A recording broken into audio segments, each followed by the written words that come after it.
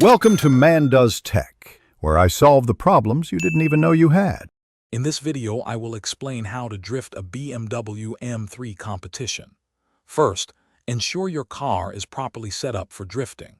Begin by holding the dynamic stability control button for 5 seconds to fully deactivate it, giving you complete control. Next, configure your M settings. Select Sport Plus for the engine for maximum throttle response, and choose Manual Transmission Mode S3. For steering, Comfort or Sport Mode is often preferred for easier counter-steering. To initiate a drift, approach a corner in second or third gear. Apply full throttle to intentionally break the rear wheel's traction.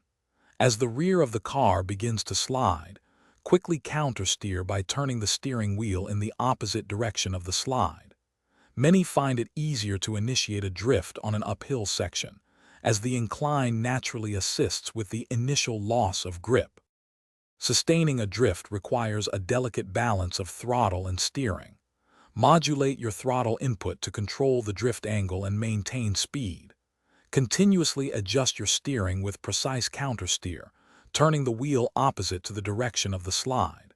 Keep the engine RPMs high to ensure the turbo boost remains engaged. For finer control, a light tap on the brake can help reduce wheel speed. To exit a drift smoothly, gradually ease off the throttle without releasing it completely. As the car begins to regain traction, slowly straighten the steering wheel. It is crucial to keep the wheels spinning until the car is fully straight to prevent a sudden snap back. Remember, practice is essential, and always perform drifting maneuvers in a safe, controlled environment, such as a dedicated track. Thanks for watching.